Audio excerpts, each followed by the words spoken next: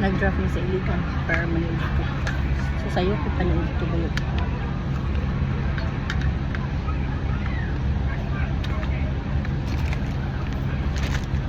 Kakasabot eh.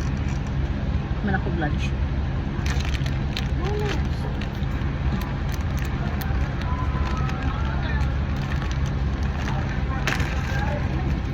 Nagpalit ko po.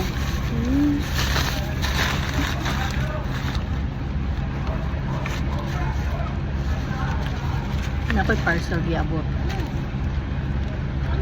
Dayon palakaw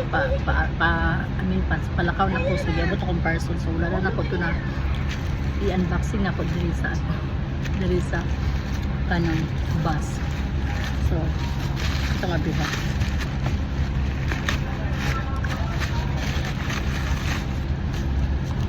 Actually this is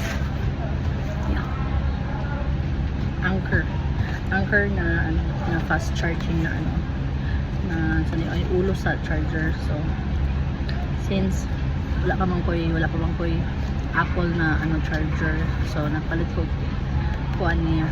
So for the meantime only Anchor na brand. So nakasil pa maday bihan.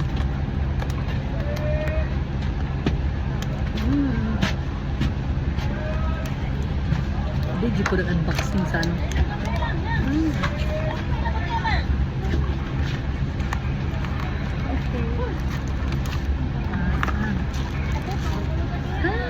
so nice.